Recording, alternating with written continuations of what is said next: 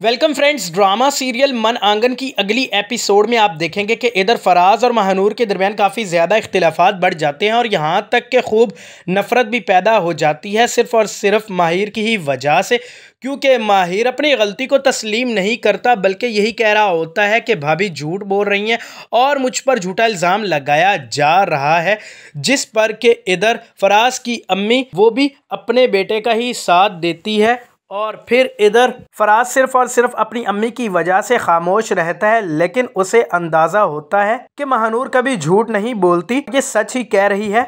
जबकि इधर सकलैन वो अपनी बीवी से साफ साफ कह देता है कि अब वो मजीद रमशा को अपने साथ नहीं रख सकता।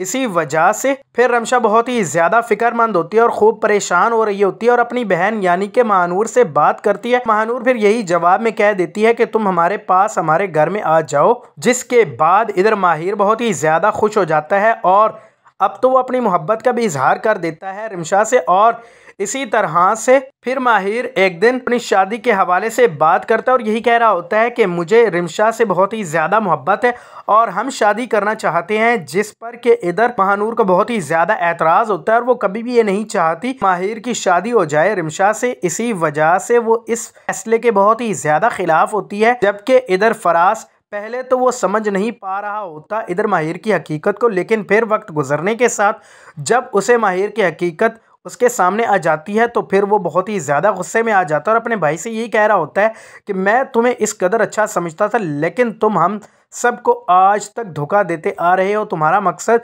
सिर्फ़ और सिर्फ दौलत को हासिल करना था। तुम लालची इंसान हो। मैं ऐसा ज़िंदगी में तसव्वुर भी नहीं कर सकता था कि तुम कदर खुद गर्ज निकलोगे। मज़ीद आगे आप ये भी देखेंगे कि इधर फारिया वो खुद इधर सकलैन की बीवी को बता देती है कि सकलैन ने मुझसे शादी कर ली है, जिस पर कि इधर फिर जाकर सकलैन की बीवी को बेहद गुस्सा आता है। उसे सब कुछ समझ में भी आ जाती है कि मुझसे महानूर बिल्कुल सच कह रही थी, सारा कसूर सिर्फ और सिर्फ सकलैन का ही है और ये हम सब घर वालों को मिलकर बेवकूफ़ बनाता आ रहा था। इसके बाद इधर सकलैन जैसे ही घर आता है तो तमाम तर इधर उसकी बीवी उससे सवालात करती है, इसका वो अच्छी तरह से जवाब अब नहीं दे पा रहा होता और आखिरकार अब सकलैन खुद ही सारी हकीकत बता दे और मजीद वो ये भी कह देता है कि उसका मकसद सिर्फ और सिर्फ दौलत को ही हासिल करना था। ये सारी बातें सुनकर इधर सकलैन की बीवी को बहुत ही ज़्यादा सदमा पहुंचता है, यहाँ तक कि उसकी तबीयत बहुत ही ज़्यादा ख़राब हो जाती है, जिसके बाद उसे अस्पताल भी लेकर आया जाता है। क्या वो किस तरह से सकलैन से अपना रिश्ता ख़त्म करेगी और वो उसी कोशिशों में मुब्तला हो जाती है।